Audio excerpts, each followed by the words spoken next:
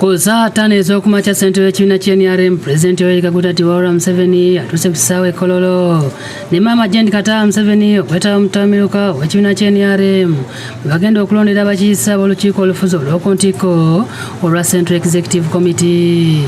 Ayaniziddwa abakulembeze ba SEEK abaliko Ssaabawandiisi w'NRM Richard Todong, akulira akakiiko k'ebyokulonda Dr. Tango Odoi n'abalala.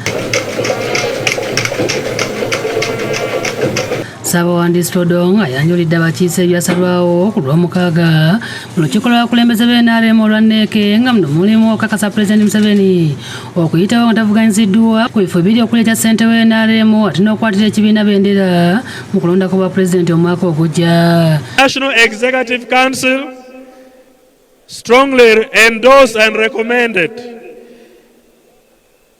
His Excellency General Retired Yoweri Kaguta Museveni as the NRM presidential flag bearer. Akulira akakiiko k'ebyokulonda Tango Odoi ayanjudde erinnya lya Pulezidenti Museveni ku bifo byombi olwo n'awa omukisa abakiise nabo okusalawo oba nga ddala Museveni agwanidde okufuna ebifo ebyo. I now present the candidate Yoweri Kaguta Museveni Tibuhaburwa, who sailed through unopposed for presidential flag bearer for the NRM party to the National Delegate Conference. Those in favor, stand up, say aye. To the contrary, no. Bwana bali kwekutulamu bakakasizza Museveni ti kagabanamu essuubi era ne bamukakasa ku bifo byombi. Tangazeeko okwanjula Haji Moses Kigongo nti ono yayitamu nga tavuganyiziddwa mu kifo ky'omumyuka wa ssentebe w'NRM asooka. Those in favor, stand up, say aye. To the contrary, no. Museveni ayogeddeko eri abakiise era bw'atyo n'abeebaza okumusigisa ebifo byombi. I also thank you very much for electing me as your flag bearer for the presidential contest. Ategeeza nti azina ekitabo ekiri mu kalonda yenna NRM gwekoze okuvula yakwata enkasi mu mwaka gwa 1986. Museveni agamba nti eggwanga lisanga ku ttaka ng'ebyenfuna bidobonkanye naye kati likuze kumpi buli kimu. When we came in, we knew exactly what to do.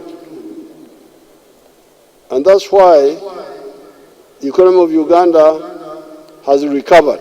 Agamba nti asobodde okutumbula ebyobulimi naddala okulima emmwanyi, amajaani n'ebirime ebirala so nga gavumenti yasobola okulinnya ku nfeete amagendo. But we also defeated magendo, smuggling, kibanda, foreign currency black market, okusamula, speculation.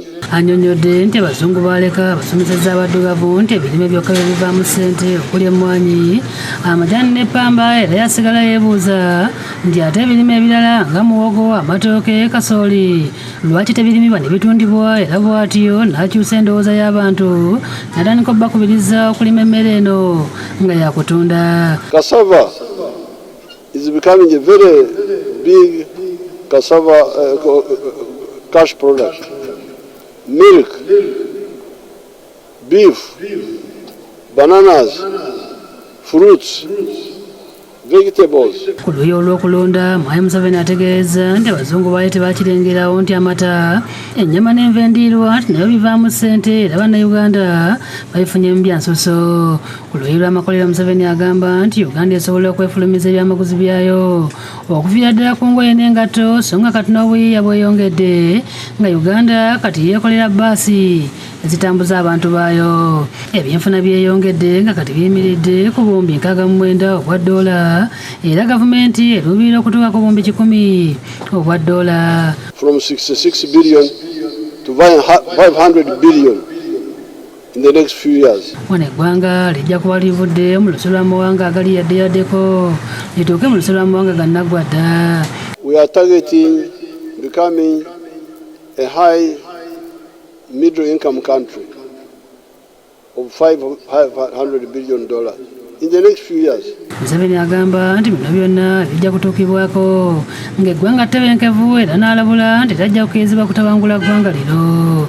This is very important, and we should not allow anybody to disturb our peace. Museveni ategeeza nti Uganda okuyingira mu luse lw'amawanga agali mu luse lwago gannaggwadda, gavumenti yakwongera ku bungi bw'amasannyalaze, okuzimba enguudo ssaako n'okuzimba oluguudo lw'eggaali y'omukka. Ku nsonga y'okugoba obwavu mu bantu, Museveni alaze abalimi n'abalunzi abazze nga bagoberera ebigambo bye era nkati beenogera nnusu, kyokka n'alambika nti abalinaanye entobazi nti basobola okulundiramu ebyennyanja so si kulimiramu muceere kubanga gwo guzikaza. Yeewaddeko ekyokulabirako nti alunda ebyennyanja e Teso, Kabale ne Rango nti naye yakizuula nti ebyennyanja bifuna kiralo. I get about 70 million per acre. Abalimi abasebe banywerera omwo naye balina okwemanyiza okufiirira ebirime mu kaseera ak'ekyeya balema okufiirizibwa. You save water for irrigation. Ebyobulamu, ebyobujjanjabi kw'ossa n'amazzi amayonjo n'akatale ategeeza nti gavumenti yakwongera okubissaako essira. If you do this, you'll find that people will be very happy with the NRM. Kyokka Museveni akyamudde abantu bw'abaddukiddemu emisinde ng'amalirizza okwogera era bw'atunaddeyo n'atuula.